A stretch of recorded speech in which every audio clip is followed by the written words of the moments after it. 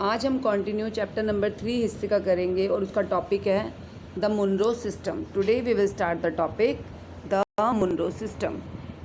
In the British territories in south there was a similar move away from the idea of permanent settlement system. कहने का मतलब है सबसे पहले हमने परमानेंट सेटलमेंट के बारे में पढ़ा था, then we read about the Mahalwari system and now we are going to start Ryotwari system also called Munro system. ठीक है, इसी को हम मुनरो सिस्टम या रयोतवाड़ी सिस्टम भी बोलते हैं। This is called Munro system और ऑल्सो कॉल्ड रयोतवाड़ी सिस्टम। ये जो है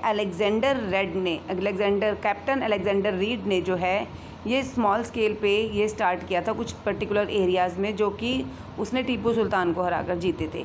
सब्सिक्वेंटली ये जो सिस्टम है थॉमस मुनरो ने इस सिस्टम को डेवलप किया। मतलब उन्होंने तो जस्ट इस सिस्टम को स्टार्ट किया कैप्टन अलेक्जेंडर रीड ने, और उसको इतना आगे इंपॉर्टेंस नहीं दी, लेकिन इसको इंपॉर्टेंस और डेवलप थॉमस मुनरो ने किया, इसीलिए इसका नाम मुनरो सिस्टम भी बढ़ गया। और ये जो है उसके बाद साउथ इंडिया के सारे पर्टिकुलर एरियाज़ में जाकर ये फैल गया। देन इस सिस्टम के अकॉर्डिंग सीधा हमें क्या करना है, इस सिस्टम में क्या कहा गया कि डायरेक्टली विद द कल्टीवेटर्स, मतलब इसमें पेमेंट डायरेक्टली कल्टीवेटर्स को होगी। इसमें क्या होगा, इसमें क्या कहा गया, there were no traditional zamindars, कि इसमें कोई जमींदार नहीं होंगे।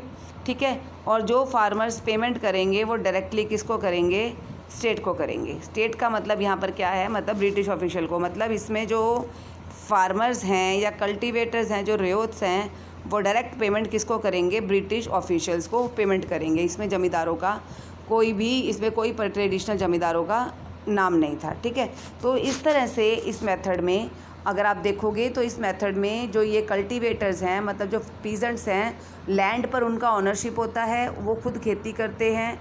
जो उनकी खेती से रेवेन्यू होता है वो जो है वो किसको देते थे, वो सीधा जाकर वो स्टेट गवर्नमेंट का मतलब यहाँ पर ब्रिटिश ऑफिशियल्स को डिपॉजिट करवा देते थे। अब all was not well means अब क्या कहा जाता है, जो ये 3 मेथड्स इम्पोज किए गए, ये तीनों के तीनों मेथड्स में कोई ना कोई कमियां थी। क्लियर, क्योंकि इसके अंदर हाई रेवेन्यू की पेमेंट होती थी।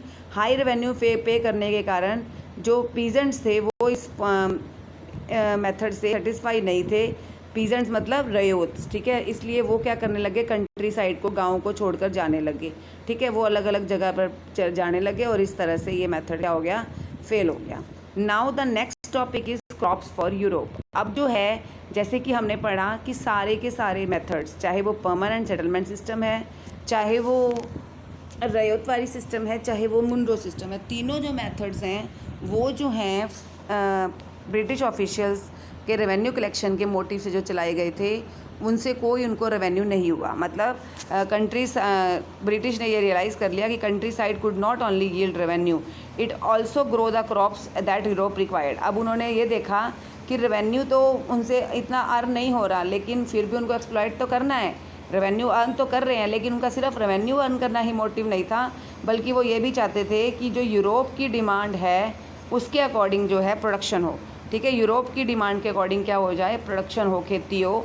तो इसके लिए उन्होंने फार्मर्स को ओपियम और इंडिगो, ये 2 खेतियां करने के लिए कहा कि वो अपनी ज़मीन पर यही 2 खेतियां सबसे ज़्यादा करेंगे। औरों का थोड़ा थोड़ा फिक्स कर दिया कि कौन सा जगह क्या क्या उगाया जाएगा। अदरवाइज सबसे ज़्यादा खेती किसके ऊपर जोर दिया गया, ओपियम और इंडिगो पर। ओपियम का मतलब होता है अफीम, ठीक है, और इंडिगो का मतलब होता है नील की खेती। इसको हम क्या बोलते हैं, इसको हम नील की खेती भी बोलते हैं। तो इस तरह से ये दोनों क्रॉप्स की स्टार्टिंग हुई, क्योंकि यूरोप में इनकी बहुत ज़्यादा डिमांड थी। ठीक है, इस तरह से सारे फार्मर्स को ब्रिटिशर्स ने परसुएड करना शुरू कर दिया, मतलब ज़बरदस्ती करनी शुरू कर दी कि वो यही ज़्यादा खेती करेंगे। और वैसे थोड़ा थोड़ा डिस्ट्रीब्यूशन कर दिया, जैसे बंगाल में जूट उगाई जाएगी, असम में टी उगाई जाएगी, उत्तर प्रदेश में शुगर केन, पंजाब में वीट। ठीक है, इस तरह से कुछ पर्टिकुलर एरिया में फ़िक्स कर दिया कि यहाँ पर यही खेतियाँ होंगी। अदरवाइज़ सारे कंट्री में मेनली क्या खेती करने के लिए कहा गया, इंडिगो की और ओपियम की खेती करने के लिए उनको परसुएड किया गया, ज़बरदस्ती की गई। अब हम पढ़ेंगे इसमें जो ये इंडिगो है वो क्या है।